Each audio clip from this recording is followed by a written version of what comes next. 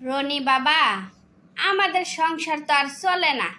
কত করে বললাম একটা চাকরির জন্য ট্রাই কর, তুই আমার কোনো কথাই শুনস না। মা, তুমি বুঝো না কেন? আজকাল কি ইন্টার পাস করে কোনো চাকরি পায় না তো। তুমি বলো তো, আমি কি চেষ্টা কম করছি? চাকরি না পাইলে কি করব আমার বলো। তোর রমেশ কাকুরে একদিন বলছিলাম তোরে যাতে একটা চাকরির ব্যবস্থা করে দেয়। তোর কাকু বলছিল তোরে পাঠাইতে, কিন্তু তুই তো আমার কোনো কথাই শুনস না। তুই চাকরি বাকরি না করলে ময়নারে বিয়া দিব কেমনে, তা কি একবার ভাবছস? মা, তুমি যে বারবার বলতাছ রমেশ কাকুর বাসায় যাইতাম, তুমি কি জানো ওই বাড়ি কাজের লোকেরা আমার সাথে অনেক ভালো ভালো পোশাক পরে। আমার যে পোশাক আশাক, এই পোশাক নিয়া আমি কেমন করে যাই কত? বাজান রে, আমরা গরিব, আমাদের পোশাক আশাকের দিকে তাকাইয়া কি কোনো লাভ আছে? তুই যদি কোনো কাজে না লাগস তাইলে তো আমাদের জীবন আর কোনো দিনও বদলাইব না। সারা জীবন আমাদের এইভাবে থাকতে হইব। মা, তুমি যদি চাও আমি এরকম পোশাক আশাক নিয়ে যাই তাহলে আমি নিশ্চয় যাব, কিন্তু বাড়ির দারোয়ান আমারে যদি বাড়ির ভিতর যাইতে না দেয় তখন আমি কি করব? আমি শুনছি শহরে নাকি হরেক রকমের কাজ আছে, দেখবি কোনো না কোনো কাজের ব্যবস্থা হইয়া যাইব। ঠিক আছে মা, আমি কাল পরশুর মধ্যে যাব। যাওয়ার আগে পিয়াস ভাইয়ের মোবাইল দিয়া কাকুর একবার ফোন দিয়া বইলা দিও।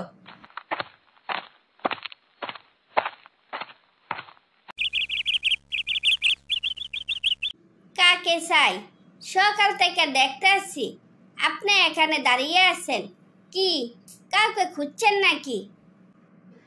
আমি কাউকে খুঁজছি না, আমি রমেশ কাকুর গ্রামের বাড়ি থেকে আসছি চাকরির ব্যাপারে কাকুর সাথে একটু দেখা করতে চাই। কাকু কি বাড়িতে আছেন? হ্যাঁ, বাবা বাড়িতে আছেন। বাবার শরীরটা তেমন ভালো না, তাই বাবা বেশিরভাগ সময় বাড়িতে থাকেন। তো চাকরির জন্য যে আসছেন, লেখাপড়া কত দূর? অভাবের কারণে অত দূর পড়াশোনা করতে পারি নাই, আমি শুধু ইন্টার পাস করছি। কোনো ব্যাপার না, আমি বাবাকে বললে কোনো না কোনো একটা ব্যবস্থা হইয়া যাইব। কিন্তু আপনি যে ড্রেস পরে আসছেন, আপনারা দেখলে তো সবাই সি করব। আপনি একটা কাজ করেন, আমার সাথে চলেন, আপনাকে ভালো কিছু ড্রেস কিনে দেই। নইলে ছোট বৌদির কথা শুনতে শুনতে কান দুটা জ্বালা পোড়া হইয়া যাইব। তাইলে একটা কাজ করেন, আমারে বাড়িতে নেওয়ার কোনো দরকার নাই, আমি 2-1 দিন রাস্তায় কাটাইয়া দিব। আপনি শুধু আমার একটা কাজের ব্যবস্থা করে দেন। ভালো চাকরির কোনো দরকার নাই, কোনো রকম একটা হইলেও হইব। আপনি আমার উপর ভরসা করেন তো? যদি আমাকে বিশ্বাস করতে পারেন তাহলে আমার সাথে মার্কেটে চলেন। আমি চাই আপনি সম্মানের সাথে আমাদের বাড়িতে থাকেন। কি আমার প্রস্তাবে কি আপনি রাজি? ঠিক আছে, আপনি যেহেতু এত করে বলছেন আমি আপনার কথায় রাখবো। আপনার বাবাকে বইলা আমার একটা কাজের ব্যবস্থা করে দিবেন কিন্তু।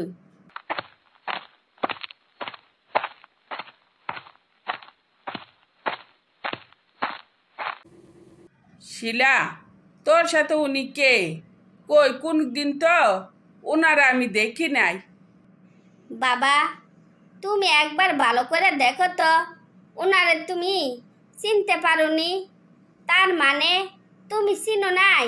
উনি হচ্ছেন আমাদের মোহন কাকুর ছেলে, চাকরির জন্য তোমার কাছে আসছে। তুই কি বলিস? তুমি মোহনের ছেলে?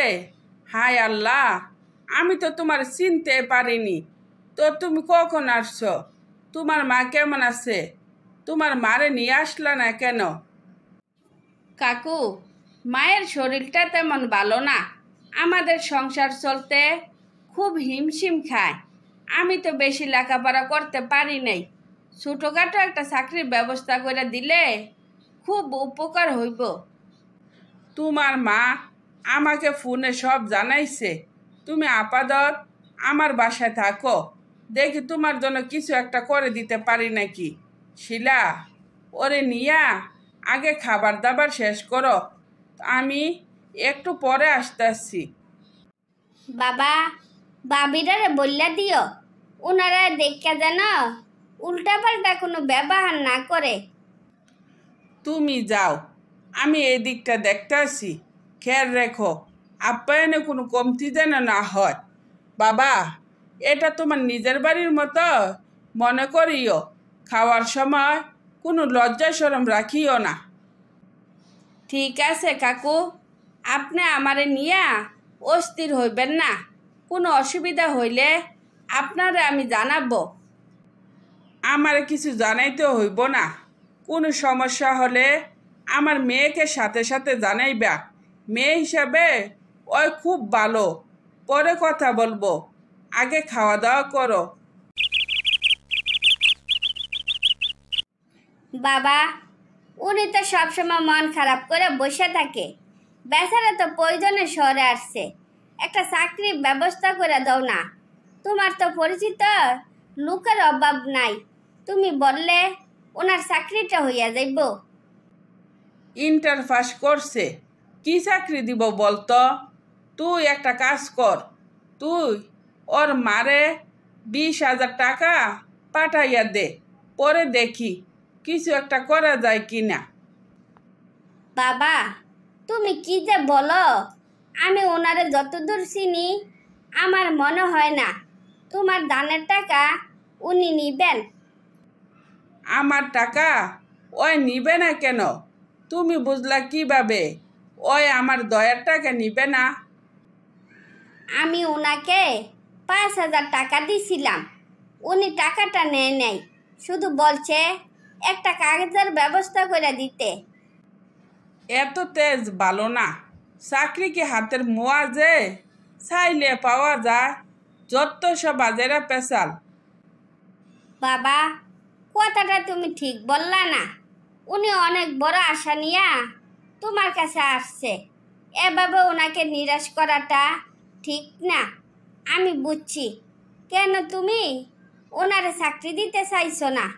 কাউকে চাকরি দিলে মান সম্মান কমে না, এবার বুঝলা?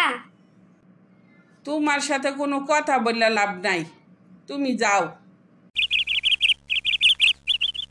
সুপার শপে আপনার একটা চাকরির ব্যবস্থা করছি, 15,000 টাকা স্যালারি দিব। ভালো চাকরির ব্যবস্থা করতে পারলাম না, তার জন্য আমি দুঃখিত। আপনি যে আমার জন্য এতটুকু করছেন তা কোনোদিনও বলার নয়। এই উপকারের জন্য আপনাকে সারা জীবন মনে রাখব। আমাকে আপনার মনে রাখা লাগবো না, আপনি আপনার পরিবার নিয়ে ভালো থাকেন, আমি সেই কামনাই করি। কারণ আমার বাবার অপেক্ষা থাকলে আপনার এই জীবনেও আর চাকরি হইব না। তাই তো ছোটোখাটো একটা চাকরির ব্যবস্থা করে আপনাকে দিলাম। আমরা গরিব মানুষ, অত বেশি টাকা পয়সার কোনো দরকার নাই। কোনো রকমে আমাদের জীবন কাটাইতে পারলে হয়। আপনি এই গরিবের জন্য যা করছেন কোনোদিনও বলবো না। আমার মা শুনলে খুব খুশি হবে। এখান থেকে যাওয়ার পর কি আপনি আমারে ভুলে যাবেন? আসবেন না আমারে দেখতে? পৃথিবীতে অনেক মানুষের সাথে আমার দেখা হয়েছে, কিন্তু আপনার মতো হৃদয়বান মানুষ আর কখনো আমি দেখিনি। তাই চাইলেও আপনাকে কখনো আমি বলতে পারবো না, খুব মিস করব।